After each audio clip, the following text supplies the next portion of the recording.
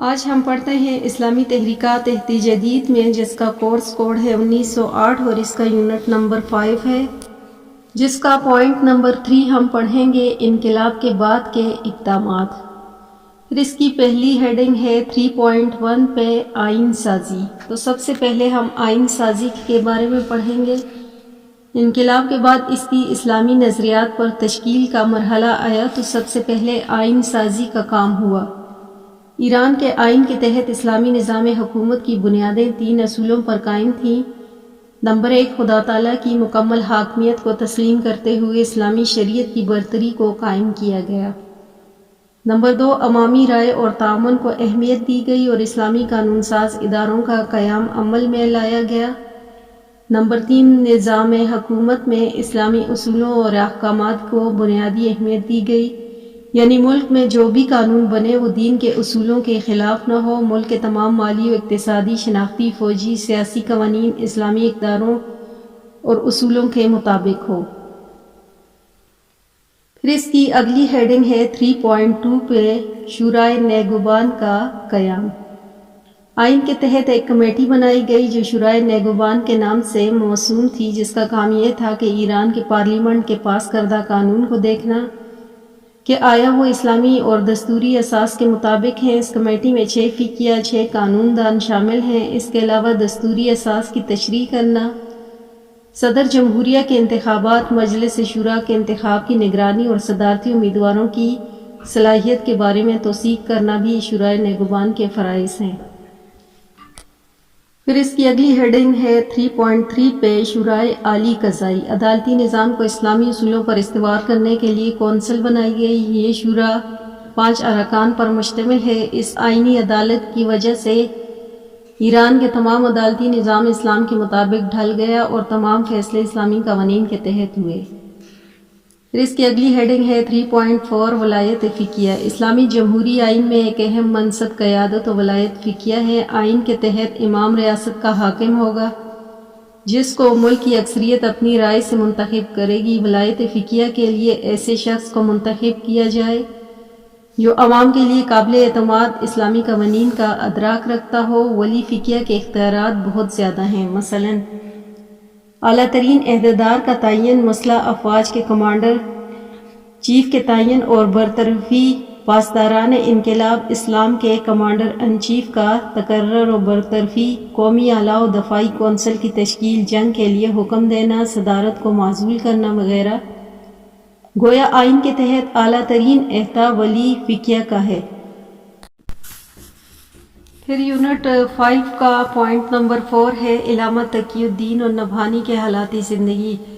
علامہ محمد تقی الدین النبہانی بن ابراہیم فلسطین کے ایک قبیلہ نبہانی سے تعلق رکھتے تھے۔ آپ کی پیدائش فلسطین کے شمال کے ایک شہر حیفا کے گاؤں میں اجزم میں 1909 میں ہوئی۔ آپ کے خاندان اور گھرانہ علم و حکمت، ادب و سیاست میں معروف تھا۔ آپ کے والد گرامی مشہور فقیہ تھے اور وزارت المعارف فلسطینیہ کے ایک مدرسے میں تدریس کے فرائض سر انجام دیتے تھے۔ آپ کی والدہ بھی علوم شرعیہ میں دسترس رکھتی تھی۔ علامہ تقی الدین نبہانی کی تعلیم و تربیت بڑے علمی ماحول میں ہوئی۔ ابتدائی تعلیم گھر میں حاصل کی، چھوٹی عمر میں قرآن کریم حفظ کیا، سیاست اور قضائیت کے بارے میں اپنے نانا سے تربیت حاصل کی۔ مزید تعلیم و تربیت کے لیے آپ کو مصر بھیجا گیا۔ 1928 میں آپ الزہرہ کے کلیہ دارالعلوم میں داخل ہوئے اور 1932 میں فراغت پائی۔ دوران تعلیم آپ نے علوم شرعیہ، فقہ، تفسیر و حدیث، علم الکلام کا گہرا مطالعہ کیا۔ اپنی فکری پختگی، گہری بصیرت کی وجہ سے الزہری طلباء میں بلند مقام حاصل کیا۔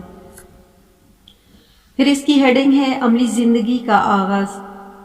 الزہرہ سے تعلیم حاصل کرنے کے بعد اپنے وطن فلسطین واپس آئے اور وزارت المعارف میں علوم شرعیہ کے استاد کی حیثیت سے حیفا شہر میں تدریس کے فرائض سر انجام دیے۔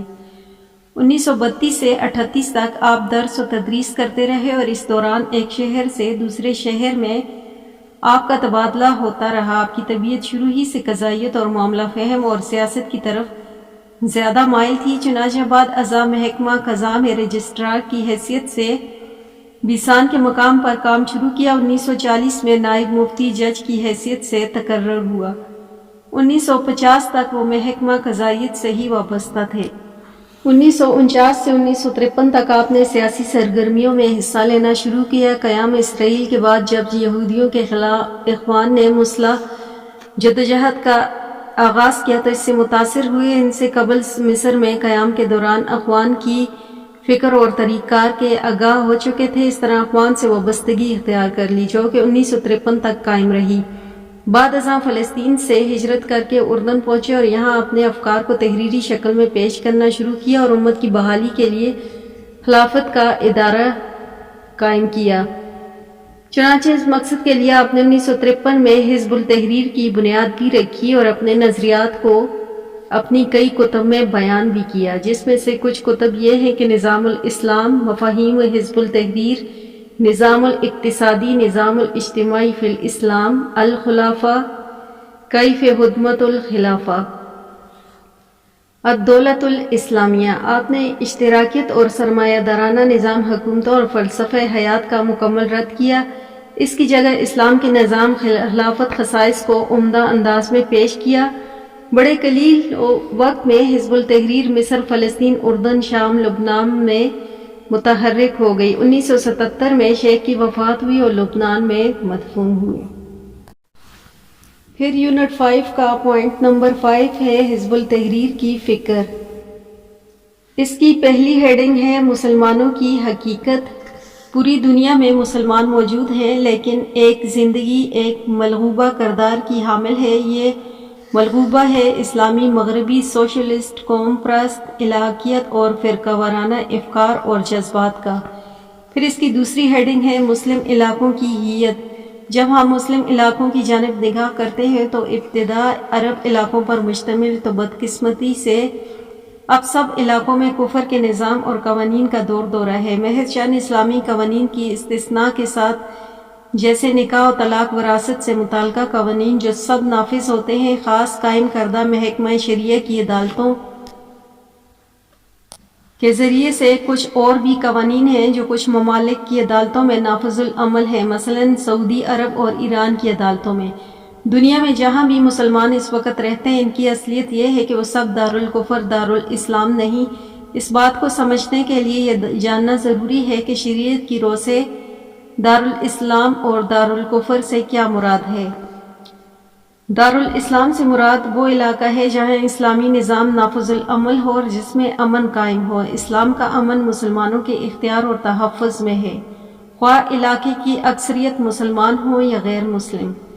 پھر اس کے بعد دوسری ہیڈنگ ہے دارالکفر، وہ خطہ ارضی جہاں کفر کے قوانین نافذ العمل ہوں اور جس کا امن اسلام کے ذریعے قائم نہ ہو اور اختیار اور تحفظ مسلمانوں کے پاس نہ ہو، خواہ وہ اکثریت میں مسلمانوں ہی کی کیوں نہ ہو۔ پھر اس کے بعد یونٹ 5 کا پوائنٹ نمبر 6 ہے حزب التحریر کا طریقہ کار۔ حزب التحریر نے سیرت طیبہ کے مکی اور مدنی ادوار سے اپنی تحریکی عمل اور مراحل کو آغاز کیا، چنانچہ وہ اپنے طریقہ کار کو 3 مراحل میں تقسیم کرتے ہیں۔ پہلا مرحلہ ہے ایسے لوگوں کی تلاش اور تعمیر جو پارٹی کے نظریہ اور طریقہ کار سے متفق ہوں تاکہ وہ ایک پارٹی گروپ بنا سکے۔ امت سے رابطے کا مرحلہ تاکہ امت اسلام کو اپنائے اور اسلام کے علمبردار بنائے اور اسے زندگی کے تمام معاملات میں نافذ کرے۔ پھر اس کا دوسرا مرحلہ حکومت کے قیام کا مرحلہ، اسلام کا مکمل نفاذ اور دنیا کے لیے پیغام نمونہ کی حیثیت سے اپنے پہلے مرحلے کا آغاز القدس سے اپنے بانی رہنما تقی الدین النبہانی کی قیادت میں کیا۔ اس پہلے مرحلے میں پارٹی نے انفرادی طریقے کو اپنایا۔ پارٹی اس کے لیے مطالعے اور تربیت کا انتظام کرتی تھی تاکہ وہ ایک صحیح اسلامی شخصیت کی تعبیر کر سکے اور پھر دعوت کا کام اور اسلامی ذمہ داری کو سنبھال سکے۔ اس موقع اور مرحلے تک پہنچنے کے بعد اسے پارٹی کا ممبر بنایا جاتا ہے اور یہ وہی طریقہ کار ہے جو حضور صلی اللہ علیہ وآلہ وسلم نے مکی زندگی کے پہلے مرحلے میں اپنایا تھا جو ابتدائی 3 سال پر محیط تھا۔ یہ خفیہ دعوت کا مرحلہ تھا کہ دعوت مکہ میں پھیل گئی اور لوگ گروہ در گروہ کی شکل میں مشرف با اسلام ہوئے۔ دعوت کے اس مرحلے میں پارٹی نے اپنے ڈھانچے پر توجہ دی اور ممبر سازی پر بھرپور طریقے سے کام کیا اور سوسائٹی کو متاثر کیا۔ پھر اس کے بعد ان کا تیسرا مرحلہ ہے۔ اس مرحلے میں امت سے رابطہ اس بات کا شعور پیدا کرنے کا ہے کہ امت اسلام کی فکر کو بہتر اکٹھے اور رائے عامہ کو ہموار کرے اور فکر و قوانین جو پارٹی نے اپنائے ہیں ان کے بارے میں آگاہی ہو، امت سے اپنے افکار کے طور پر اپنائے اور وہ زندگی میں اسے نافذ العمل کرے اور پارٹی کے ساتھ آگے بڑھنے، خلافت اسٹیٹ قائم کرنے کے لیے اور پھر خلیفہ کی تقرری کرنے کے لیے تاکہ اسلامی طرز زندگی کو جاری رکھ سکے۔ اس مرحلے میں پارٹی نے انفرادیت دعوت سے اجتماعی اور عمومی دعوت کی جانب پیش رفت کی اور مندرجہ ذیل امور پر توجہ دی، افراد پر توجہ تاکہ وہ اپنے حلقوں میں پارٹی کی باڑی بنائیں اور ممبرز کی تعداد بڑھائیں اور اسلامی شخصیت کی نظریہ سازی کا کام کریں جو دعوت کو پھیلانے کا باعث ہو اور دانشورانہ اور سیاسی جدوجہد کی جانب پیش رفت کر سکیں۔ پھر اس کے بعد یونٹ 5 کا پوائنٹ نمبر 7 ہے سیاسی جدوجہد۔ اس میں پہلا مرحلہ ان کا ہے معاشرے کے مختلف افراد کو دعوت دی جائے گی اور ان کو منظم کیا جائے گا اور پھر اس کے بعد جہاد و انقلاب کیا جائے گا۔ پھر ان کا دوسرا مرحلہ یہ ہے کہ اگر معاشرہ مثبت رد عمل نہ دے تو حزب اہل اقتدار میں سے یہ صاحب حیثیت لوگوں سے مدد چاہے گا۔ حزب التحریر کی اصطلاح میں اس کو نصرت کہتے ہیں۔ حزب التحریر کا سیاسی جدوجہد کا بنیادی مقصد خلافت اسلامیہ کا قیام ہے۔ اس نے تمام عرب ممالک اور اس کے علاوہ اسلامی ممالک میں سیاسی جدوجہد کا آغاز کیا۔ ان کا ابتدائی مرحلہ انفرادی ملاقات اور تعارف ہے اور اپنے پروگراموں سے متعارف کروانا ہے اور صاحب حیثیت افراد اور مقتدر طبقہ کے اندر اثر و رسوخ پیدا کرنا ہے اور پھر ان کے ذریعے اپنے پروگراموں کا عملی اطلاق کرنا ہے۔ پھر اگلا ہے پوائنٹ نمبر 8 تشکیل کے مراحل۔ مسلم طلبہ تنظیموں کے عالمی اسلامی وفاق کے قیام کی تجویز 1966 میں آبادان یونیورسٹی کے اس نشست میں سامنے آئی جس کے انتظام نائجیریا کی جمعیت الطلباء المسلمین نے کی تھی۔ اس نشست میں سوڈان، نائجیریا، کینیا کے طلبہ تنظیموں کے وفود موجود تھے۔ اس نشست میں کئی فیصلے اور قراردادیں بھی منظور کی گئیں، جس میں ایک قرارداد مسلمان طلبہ کے عالمی اسلامی تنظیم کی بھی شامل تھی۔ فوراً ایک عالمی تیاری کمیٹی بن گئی جو دسمبر 1966 میں سوڈان میں ہونے والی ایک عالمی کانفرنس میں انتظام کی گئی۔ یہ اجتماعی متعین وقت اور متعین جگہ ہوا اور اس میں یورپ کے اتحاد طلباء المسلمین، امریکہ اور کینیڈا کے اتحاد طلباء بھی شامل تھے۔ اس اجتماعی اتحاد عالمی کا دستور کا مسودہ بنانے کا منصوبہ زیر غور ہوا۔ ایک متعین تیار کمیٹی کی تشکیل کا فیصلہ ہوا۔ فروری 1968 میں موسم حج میں مکہ میں ان ارکان کا ایک اجتماع ہوا۔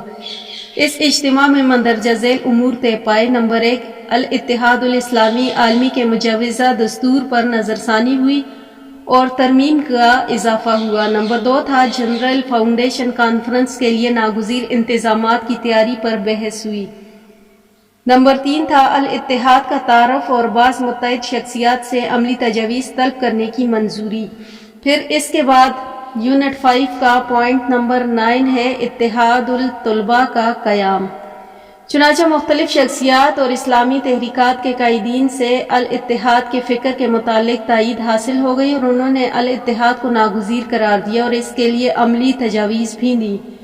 چنانچہ انہیں تجاویز اور مختلف مجالس کی گفتگو کے بعد 1969 میں الاتحاد الاسلامی العالمی کی تاسیس ہوئی اور یہ اتحاد دنیا کی اسلامی تحریکات جدوجہد کا ثمرہ یورپ، امریکہ اور افریقہ اور ایشیا کے طلباء، نوجوان وفاقی تنظیموں کی وحدت کا نتیجہ تھا۔